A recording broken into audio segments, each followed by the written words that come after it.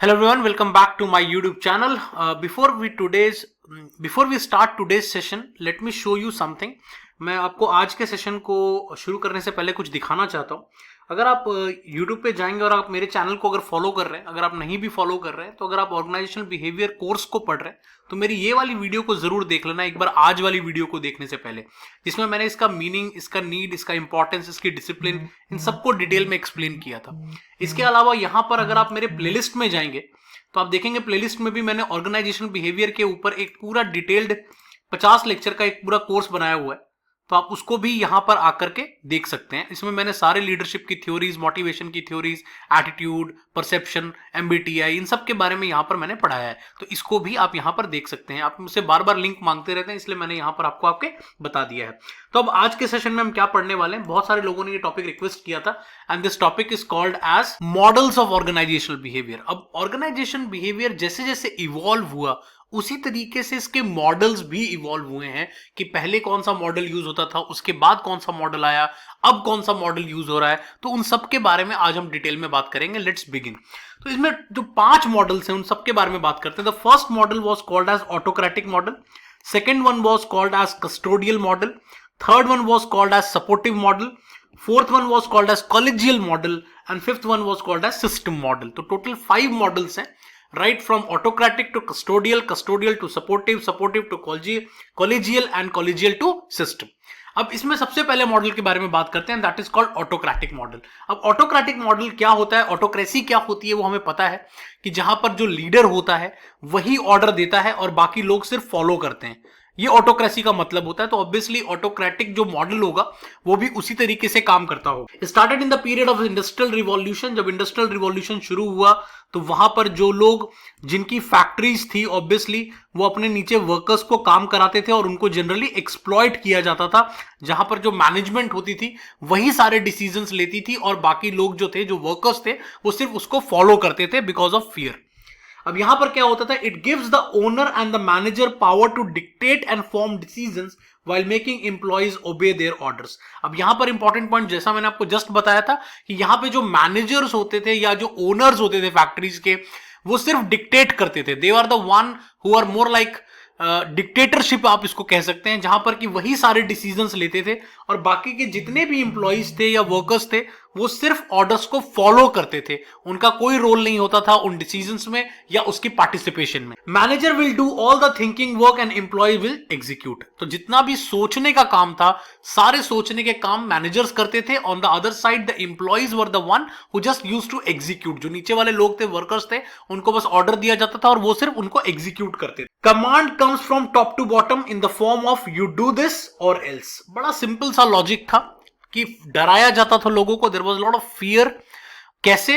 Because जितने भी command आते थे वो टॉप टू बॉटम, मतलब ऊपर से नीचे की तरफ आते थे और जो नीचे वाले लोगों को कहा जाता था अगर तुमने ये काम नहीं किया तो इसके बाद ये होगा. That means most of the times the people working in this model were in fear. जो नीचे वाले लोग थे वो हमेशा डरे हुए रहते थे क्योंकि उन्हें हमेशा नौकरी जाने की खतरा बना रहता था.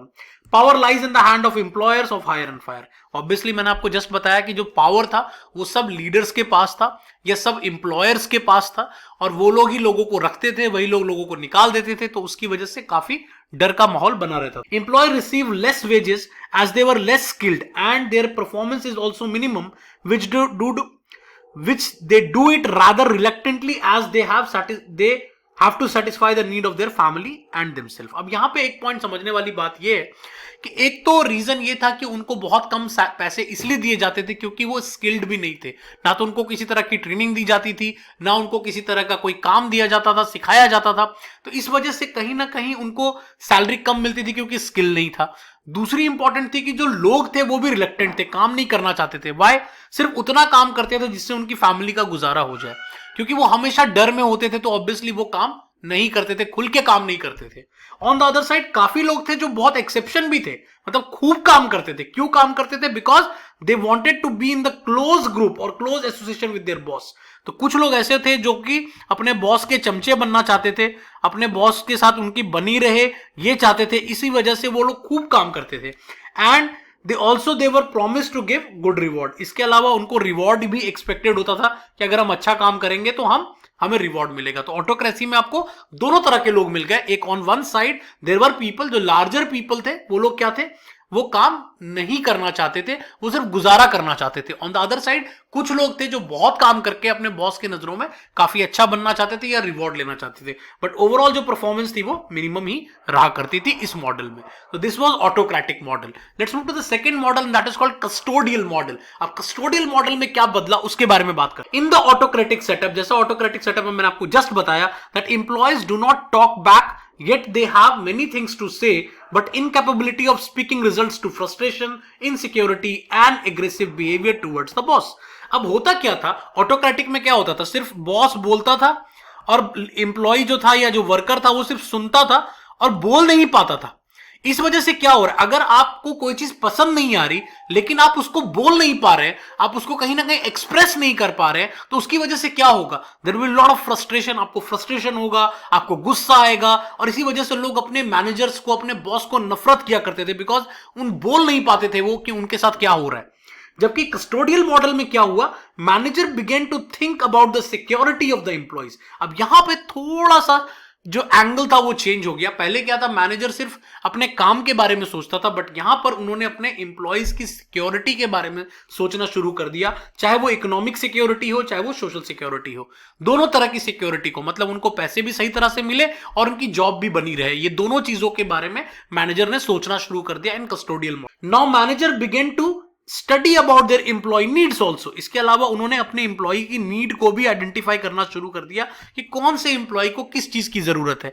किसी को पैसे की जरूरत है, किसी को काम की जरूरत है, किसी को किसी और चीज की जरूरत है, तो वो भी यहां पर मैनेजर ने थोड़ा सा ह्यूमन एंगल आपको ज्यादा बेहतर नजर आएगा in the custodial model. Employer started to develop better relation with the employees to keep them satisfied and motivated. आपको याद होगा कि फर्स्ट वाले मॉडल में कोई सेटिस्फैक्शन या मोटिवेशन वाली वर्ड तो यूज ही नहीं हुआ था, वहां एक ही बात था, मैं ऑर्डर दूंगा आप एग्जीक्यूट करेंगे। बट यहां पर कस्टोडियल मॉडल में चीजें थोड़ी बेहतर होने लगी, एम्प्लॉयर अपने एम्प्लॉयज के साथ थोड़ा रिलेशन बनाने लगे, सो दैट कि एम्प्लॉय सेटिस्फाइड फील करे, मोटिवेटेड फील करे काम को लेकर के। और इसको करने का एक बेस्ट तरीका क्या था कि वो हमेशा इकोनॉमिक सिक्योरिटी प्रोवाइड करते थे। इसके अलावा ज्यादातर केसेस में वो क्या होता था, हाई पे दिया जाता था, रेन्यूमरेशन दिया जाता था, हेल्थ बेनिफिट्स दिए जाते थे। आपको अब रिसेंटली आप देखो तो कॉर्पोरेट कार्स, फाइनेंशियल पैकेजिंग, बहुत तरह के इंसेंटिव, मतलब अगर देखा जाए तो ये वाला जो पूरा मॉडल है वो रिवॉर्ड बेस्ड मॉडल है, कि अगर आप रिवॉर्ड देते रहोगे तो लोग जो है वो मोटिवेटेड रहेंगे, लोग सेटिस्फाइड रहेंगे और लोग का एक एनर्जी बनी रहेगी काम को लेकर के। तो autocratic model was completely based on I will say and you have to do it, and the custodial model was based it I give you the reward if you do it. अगर आप काम करोगे तो मैं आपको reward दे दूंगा, आप reward लेने के लिए काम करते जाओ। And that is the reason why लोग मोटिवेटेड रहते थे, क्योंकि उनको रिवॉर्ड चाहिए होता था, उन्हें लगता था कि हमें ये रिवॉर्ड मिल जाएगा अगर हम ये काम कर देंगे। एक चीज और हमें यहां पे समझनी पड़ेगी कि इकोनॉमिक कंडीशंस भी यहां पे बहुत इंपॉर्टेंट रोल प्ले करती थी, क्योंकि जब कस्टोडियल मॉडल चलता था उस टाइम पे क्या था, लोगों की इकोनॉमिक कंडीशंस बहुत अच्छी नहीं हुआ करती थी, स्पेसिफिकली वर्कर्स की, तो इस वजह से उनके लिए वो छोटे छोटे रिवॉर्ड्स भी बहुत मैटर करते थे। And that is why the reason the custodial model was a super hit model. ये काफी अच्छा मॉडल था as compare to the autocratic model. Let's come down to the third model and that is called supportive model. अब देखेंगे धीरे धीरे चीजें थोड़ी बेहतर होती हुई नजर आएंगी आपको। सपोर्टिव मॉडल में अब क्या हो रहा है, unlike the two previous approaches, the supportive model emphasis on motivated and aspiring leader. अब यहां पर क्या हुआ, मॉडल बिल्कुल चेंज होता हुआ नजर आया, बिकॉज अब आप क्या चीज की बात कर रहे हैं, एक ऐसे लीडर की बात कर रहे हैं जो कि एस्पिरेशन रखता हो, विजन रखता हो काम को लेकर के, एंड मोर इंपॉर्टेंटली वो सेल्फ मोटिवेटेड है, प्लस वो लोगों से भी काम ले सके with the help of motivation. तो इस तरह के लीडर पर आपका फोकस चला गया। सपोर्टिव मॉडल में और क्या होता है, there is no space of any control और authoritative power.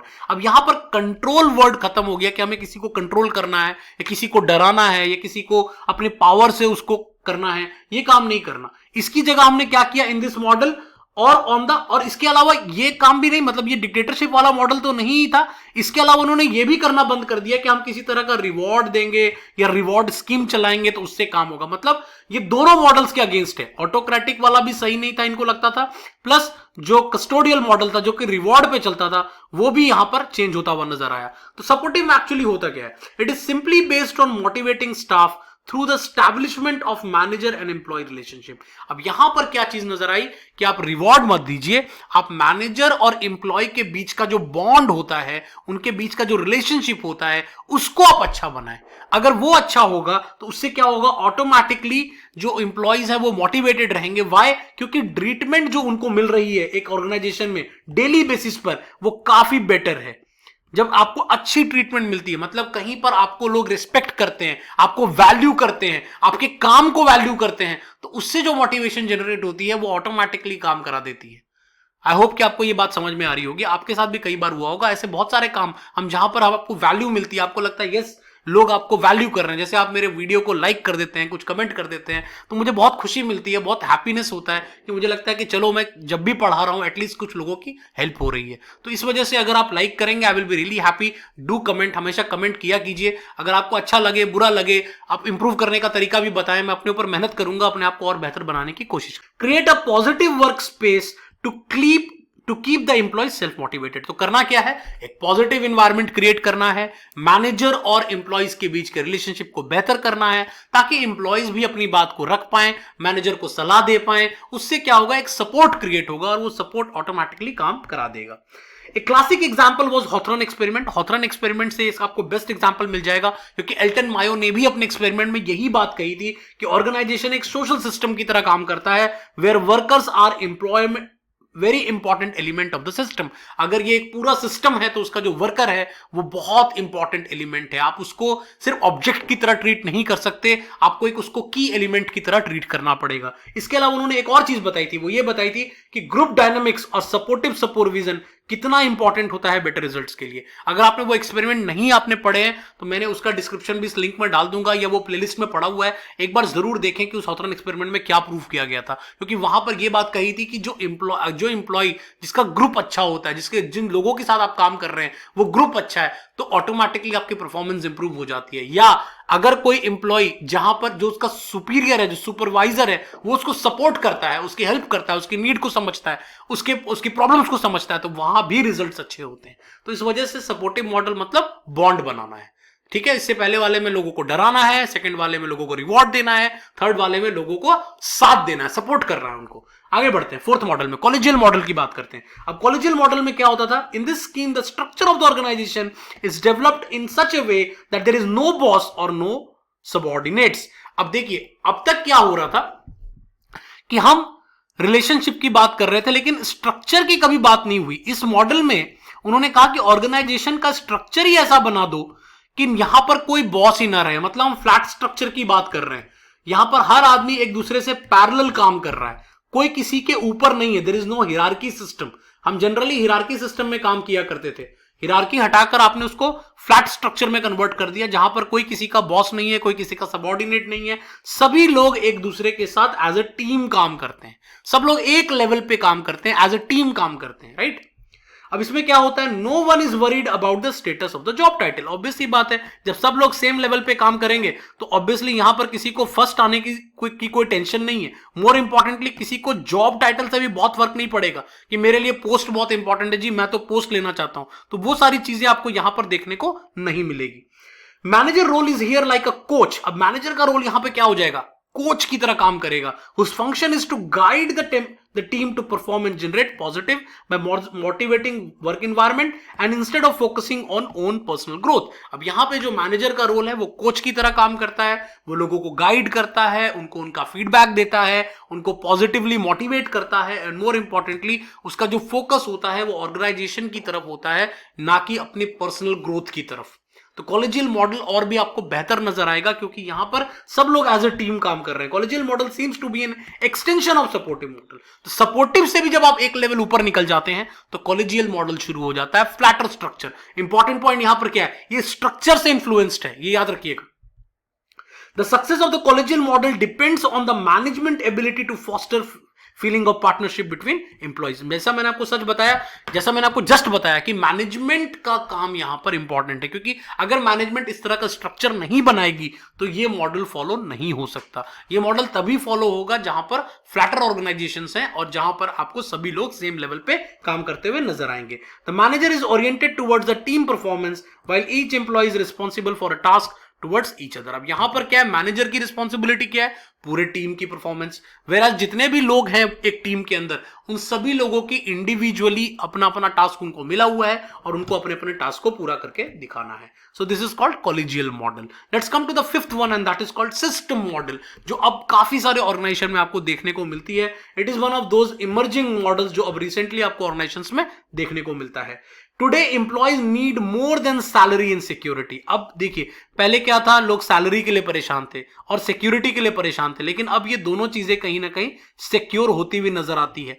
And in that situation now they need some value, some meaning to their job. अब लोग वैल्यू की तलाश करते हैं कि हमारे काम को वैल्यू मिले, कि हम जो काम कर रहे हैं वो चैलेंजिंग हो और उस काम की वैल्यू हो। उस चीज को हम कहीं ना कहीं एक ज्यादा इंपॉर्टेंस देते हैं as compare to salary and security, क्योंकि अगर वो दोनों चीजें फुलफिल हो रही हैं तो उसके बाद हम अगले लेवल की तरफ बढ़ते हैं, just like Maslow theory. In this system model the expectation of the manager are much more than getting the work done by the employees. अब यहां पे सिर्फ काम ही लेना इंपॉर्टेंट नहीं है, मैनेजर का रोल सिर्फ ये नहीं है कि काम पूरा हो जाए, उसको ऑर्गेनाइजेशन के लिए आपकी कमिटमेंट को बढ़ाना है, उसको आपको मोटिवेटेड रखना है, ये सारी चीजें भी इंपॉर्टेंट है। The manager has to show their emotional side. अब यहां पे मैनेजर थोड़ा इमोशनल साइड भी दिखाता है, कंपैशनेट हो जाता है, ही केयर फॉर देयर टीम, अपने टीम के लिए खड़ा हो जाता है, अपनी टीम के केयर करता है। They must be sensitive towards the need of the diverse work. हर बंदे की नीड अलग है, ठीक है, और उस नीड को समझना और उसके अकॉर्डिंगली एक्ट करना, ये मैनेजर का रोल हो जाता है in this model. They have to devote their attention to create the feeling of optimism, hope, trustworthiness. जैसा मैंने आपको जस्ट बताया कि मैनेजर का रोल क्या है, यहां पर मैनेजर का रोल है कि वो ऑप्टिमिस्टिक बनाए लोगों को, वो लोगों को सेल्फ डिटरमाइंड बनाए, उनको ट्रेन करे, उनको ट्रस्टवर्दी बनाए, उनकी कमिटमेंट लेवल्स को बढ़ाए, ये उनका काम है। एंड उससे पॉजिटिव वर्क कल्चर क्रिएट होगा, और जब पॉजिटिव वर्क कल्चर एक बार क्रिएट हो जाता है ना, तो उसके बाद ज्यादा परेशानी हमें नहीं लेनी पड़ती, बिकॉज कल्चर अपने आप ड्राइव करता है हर आदमी को काम करने के लिए। Employee feels more at ease at work if they are working for their family, just like working like their working like for their family. इसका मतलब क्या हुआ कि जो एम्प्लॉय है उनको भी ऐसा लगता है कि वो जो काम कर रहे हैं वो अपनी फैमिली के लिए काम कर रहे हैं, and that is why they feel very very comfortable and very easy to work. लोग लेट आवर्स तक काम करते हैं बिना किसी इंसेंटिव के, बिना किसी reward. The ultimately result is the long term commitment and loyalty of the employees and the success of the company. जैसा मैंने आपको जस्ट बताया कि जो सीधा सीधा फोकस है सिस्टम मॉडल का वो कमिटमेंट की तरफ है। तो एक बार समराइज कर देते हैं पूरे लेक्चर को। हमने 5 मॉडल्स की बात की। ऑटोक्रेटिक मतलब हमें लोगों को फियर से काम लेना है। Then we have the custodial model जहां हम रिवॉर्ड से काम लेते थे। Then we had supportive model जहां पर हम लोगों को सपोर्ट करते थे, लोगों की नीड्स को समझते थे, उसके हिसाब से काम करते थे। And then we had the collegial model जहां पर कि हम स्ट्रक्चर की बात करते थे, फ्लैटर स्ट्रक्चर की बात करते थे, और हम लास्ट में हम सिस्टम मॉडल की बात करते हैं जहां पर हम कमिटमेंट लेवल्स की बात करते हैं कि हमें कमिटमेंट को बढ़ाना है। The role is to increase loyalty and commitment and that will end up into organizational growth. तो आई होप कि आपको ये सारा समझ में आ गया होगा। Thanks for watching. कुछ भी अच्छा लगा हो तो do subscribe, like and share. I will be really happy कि आप दूसरे लोगों को भी ये वीडियोस दिखाएं या उनको भेज दें, सो दैट सभी लोगों की मदद हो पाए, because knowledge must be shared. So thank you. अगले लेक्चर में फिर मुलाकात हो।